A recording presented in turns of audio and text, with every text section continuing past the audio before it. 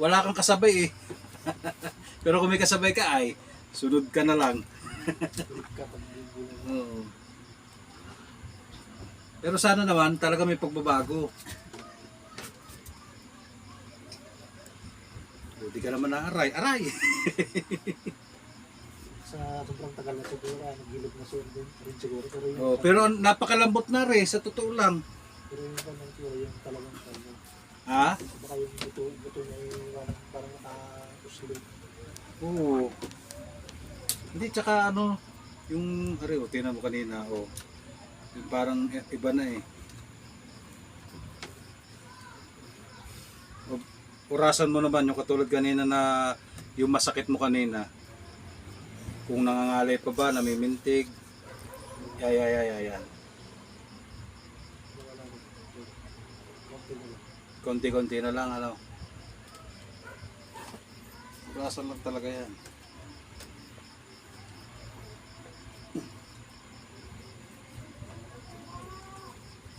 Kalahati pa lang ng paa yan.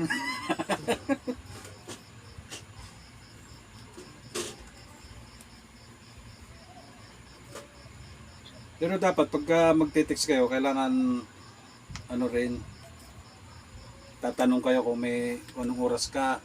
Kasi pagka pag may kasabay ka, bibigyan kita ng oras, pero bumalik ka sa ganung oras. Basta tuwing hapon lang. Boss, may hinirot ka pa dyan, anong oras ako pupunta? Pag sinabi kong punta ka na, yun. Yung mga bagong tapilok, kaya hindi namin yun eh. Oo. Yung bagong tapilok, Sinong natapilok na to sa iyo? wala pa naman. Pero itong lambot na sa ito, hindi naman sabi mo tapilok, lambot eh. Itong tapilok, itong split ko, ilang beses na tapilok to. Oo nga, lambot eh Posible naman kuha. Pero hindi ko pinagkahilat. Itong kwan. Dati.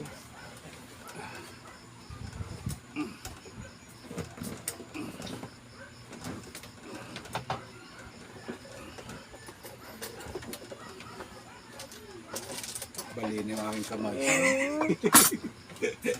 Balini yung kamay ko, napakalakas pa ng tuhod mo.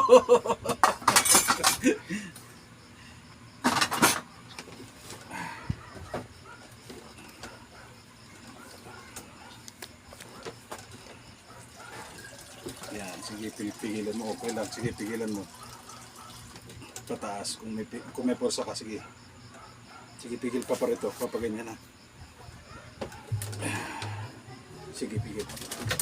Sige pa. Last. Pigilan mo ha. Pigilan mo.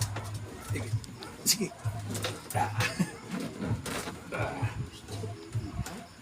Okay. Kapit ka nga dyan.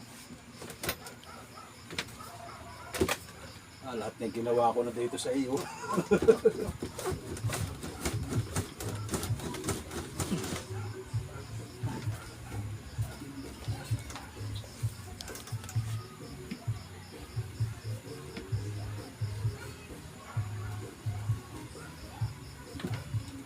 Pero alam ka ng foreman mo na nagpunta ka rito. Baka kayo hanapin ng foreman mo. Alam na.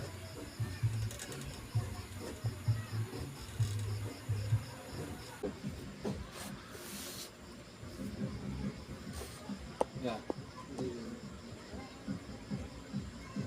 Hindi talaga. Sobrang tagal na siguro. Pero anong pakiramdam mo, bakit sabi mo nasakit? Pag nagtitwist siya, yun doon na masakit dito. Pero ihilom din. Sige.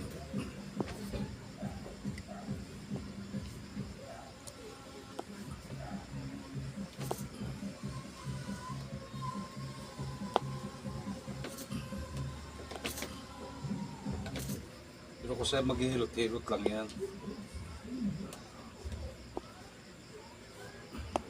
Ay mga